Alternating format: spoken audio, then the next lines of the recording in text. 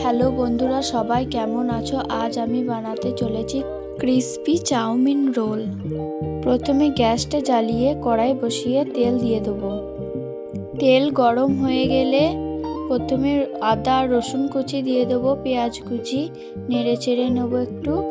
তারপর গাজর কুচি, বিনস কুচি, বাঁধাকপি দিয়ে ভালো মতো নেড়ে চেড়ে নিতে হবে।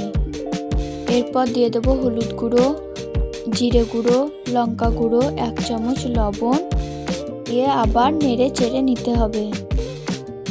ঝাল অনুযায়ী কাঁচা লঙ্কা কুচি দিয়ে দেবো। এরপর tomato sauce, soya sauce, red chilli sauce দিয়ে দেবো। আগে থেকে সিদ্ধ করা চাউমিনটি দিয়ে দেবো। ভালো করে নেড়ে চেড়ে নেবো। ভালো মতো ভাজা হয়ে গেছে, এবার ভাজা মশলা দিয়ে নেড়ে চেড়ে নামিয়ে নেব। এবার একটি বাটিতে 4 চামচ ময়দা, 2 চামচ কর্নফ্লাওয়ার নিয়ে নেব। সামান্য লবণ, 1/2 চামচ গোলমরিচ গুঁড়ো, অল্প অল্প জল দিয়ে ব্যাটারটি ভালো করে মাখিয়ে নেব। এবার তাওয়াতে দিয়ে পাতলা পাতলা রুটির মতো করে নেব, ঠিক এরকম ভাবে। এবার এগুলিকে একে একে বানিয়ে নেব। রুটিগুলোর মধ্যে আগে থেকে রান্না করা চাউমিনগুলো দিয়ে দিতে হবে। চারি সাইডে কর্নফ্লাওয়ার গোলা জল দিয়ে দিতে হবে ভালো মতো। ঠিক এরকম ভাবে ভাজ করে নিতে হবে।